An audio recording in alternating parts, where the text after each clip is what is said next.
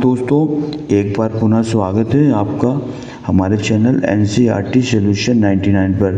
दोस्तों, आज के वीडियो में हम कवर करेंगे दोस्तों समान हिंदी और व्याकरण से संबंधित महत्वपूर्ण प्रश्न।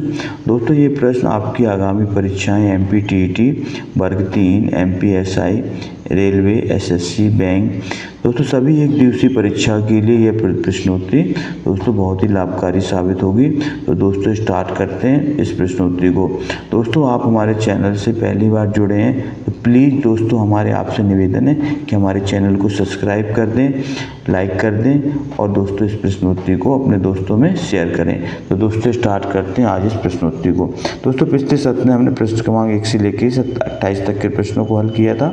आज दोस्तों हम प्रश्न क्रमांक 29 से आगे के प्रश्नों को हल करेंगे। तो दोस्तों प्रश्न क्रमांक 29 में पूछा गया नियत और नियत में अंतर बताना है। नियत और नियत शब्द योग का सही अर्थ क्या है? 4 ऑप्शन दिए थे। तो भाग और मनोभाव, सदाचार और छल रहित, इरादा और भाग्य और दोस्तों निश्चित और इरादा।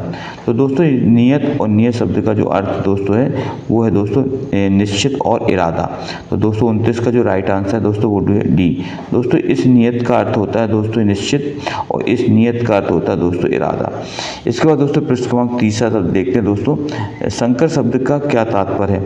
संकर शब्द दोस्तों वो शब्द कहलाते हैं जो दो भाषाओं के मेल से योग बनते हैं। दोस्तों जैसे दोस्तों बम वर्षा, बम और वर्षा दोस्तों बम उर्दू शब्द है और वर्षा दोस्तों तत्सम शब्द है।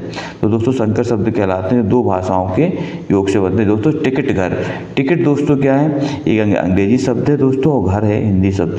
दोस्तों इन दोनों के मिलने से टिकट घर बनता है, इसलिए दोस्तों तत्सम शब्द संकर शब्द है। तो दोस्तों संकर शब्द कहलाते हैं दो भाषाओं के शब्दों से मिलकर बने हुए शब्द। प्रश्न क्रमांक दोस्तों 31 देखते हैं। रसक रंजन की रचयिता कौन है? दोस्तों महत्वपूर्ण रचना है, इसके रचयिता बताना है। तो दोस्तों इसकी जो रचयिता है वो है महावीर प्रसाद द्विवेदी। दोस्तों ये इनका एक महत्वपूर्ण निबंध है रसक रंजन। इसके बाद दोस्तों प्रश्न क्रमांक 32 देखते हैं। कौन सा शब्द ब्रह्मा का पर्यायवाची नहीं? दोस्तों बताना कौन सा शब्द बताना ब्रह्मा का पर्यायवाची नहीं है। कमलासन, चतुरानन, चतुर्मुख और चतुर्भुज। तो दोस्तों इसका जो राइट आंसर है वो है दोस्तों चतुर्भुज। चतुर्भुज दोस्तों ब्रह्मा जी को नहीं कहा जाता, जबकि कमलासन और चतुरानन और चतुर्मुख ये दोस्तों ब्रह्मा जी के पर्यायवाची हैं। प्रश्न क्रमांक दोस्तों 33 निम्नलिखित में से कौन सा दोस्तों बताना है तत्सम शब्द नहीं है? दोस्तों बताना जो शब्द सीधे संस्कृत से नहीं लिया गया। कुसुम, मूषिका, वंश और ने। तो दोस्तों 33 का जो राइट आंसर बताना दोस्तों वो है ने। बाकी दोस्तों कुसुम, मूषिका और वंश तीनों दोस्तों संस्कृत के शब्द हैं। साहचर्य का विलोम बताना। दोस्तों साहचर्य का विलोम क्या होगा? वैमनस्य, असहयोग, विनियोग और अलगाव। तो दोस्तों प्रश्न क्रमांक 34 का राइट आंसर बताइए दोस्तों। तो दोस्तों प्रश्न क्रमांक 34 का जो राइट आंसर है दोस्तों वो है वैमनस्य।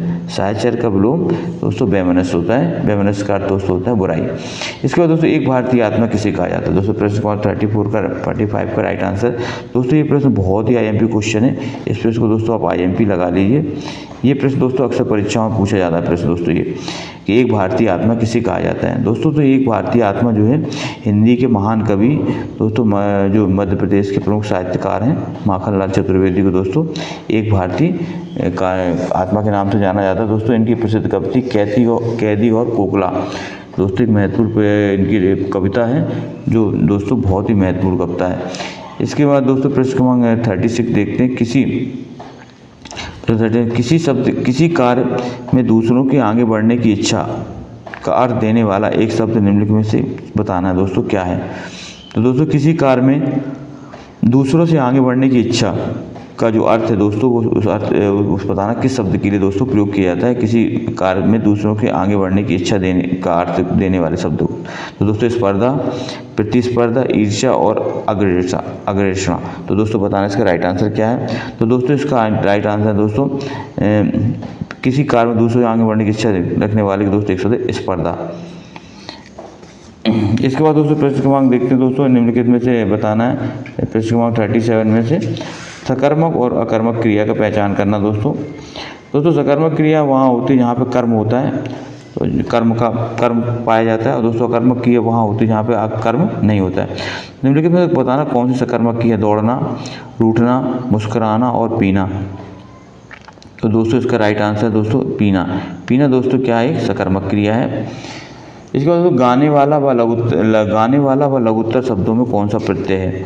तो दोस्तों गाने वाला और लघुत्तर शब्द प्रत्यय दोस्तों वो शब्द होते हैं जो किसी शब्द के बाद में जोड़ते हैं दोस्तों, वो जो है प्रत्यय कहलाते हैं। तो दोस्तों 4 ऑप्शन दिए, वत, तर, वाला और तर, आन, एक, और ई और का। तो दोस्तों 38 का राइट आंसर बताइए। तो दोस्तों गाने वाला में वाला प्रत्यय है और दोस्तों लघुत्तर में दोस्तों तर प्रत्यय का प्रयोग किया है। दोस्तों दोनों वाला और तर दोस्तों ऑप्शन नंबर बी में है। फिर इसके बाद दोस्तों 39 देखते हैं, कौन सा शब्द दैत्य का पर्यायवाची नहीं है? दोस्तों दैत्य का अर्थ होता है राक्षस। तो दोस्तों बताना कौन सा शब्द राक्षस का पर्यायवाची नहीं है? तो दोस्तों राक्षस है भुसुर, दानव, निशाचर। तो दोस्तों 39 का राइट आंसर बताना है। तो दोस्तों भुसुर शब्द जो है इस दैत्य का पर्यायवाची नहीं है दोस्तों, जबकि राक्षस, दानव और निशाचर तीनों दोस्तों दैत्य के पर्यायवाची हैं। निम्नलिखित में कौन सा जो है गुणवाचक शब्द है? बताना दोस्तों, यह है थोड़ा, कपटी, 10। तो दोस्तों बताना तो कौन सा शब्द है जो गुणवाचक गुण की विशेषता बता रहा है? तो दोस्तों इसका राइट आंसर बताना है। दोस्तों इसका राइट आंसर दोस्तों कपटी। तो दोस्तों वह कपटी मित्र है दोस्तों, इसकी विशेषता है।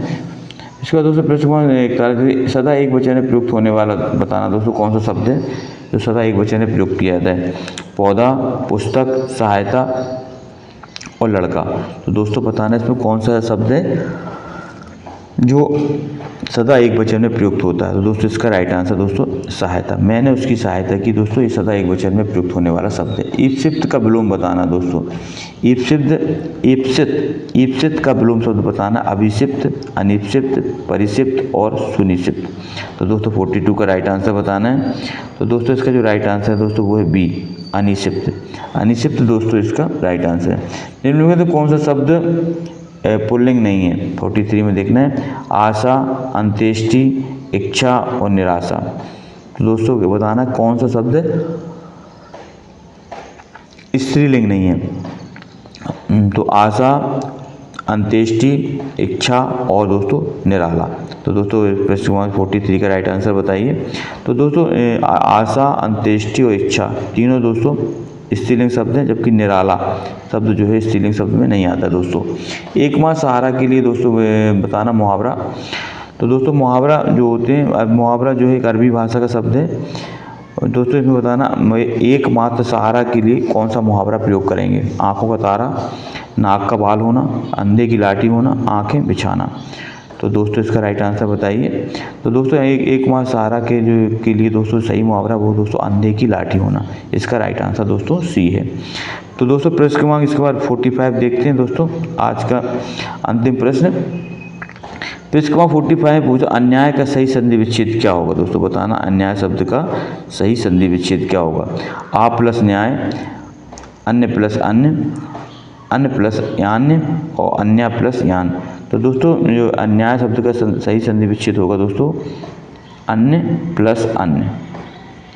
तो अन्य प्लस अन्य मिलकर दोस्तों अन्याय होता है, और दोस्तों इसका आ प्लस आ मिलकर दोस्तों बड़ा होता है दीर्घ स्वर। तो दोस्तों स्वर संधि का उदाहरण है। तो दोस्तों अन्याय शब्द का सही संधि विच्छेद होगा अन्य प्लस अन्य। इसका राइट आंसर दोस्तों बी है। तो दोस्तों आई होप यू आपको प्रश्नोत्तरी पसंद आई होगी दोस्तों आप हमारे चैनल को सब्सक्राइब कर दें और प्लीज़ आपसे निवेदन है आप इसको लाइक कर दें दोस्तों। इसी तरह हम आपके लिए सामान्य हिंदी और व्याकरण से संबंधित प्रश्नोत्तरी लेकर आते रहेंगे दोस्तों। आपका दिन दोस्तों शुभ हो।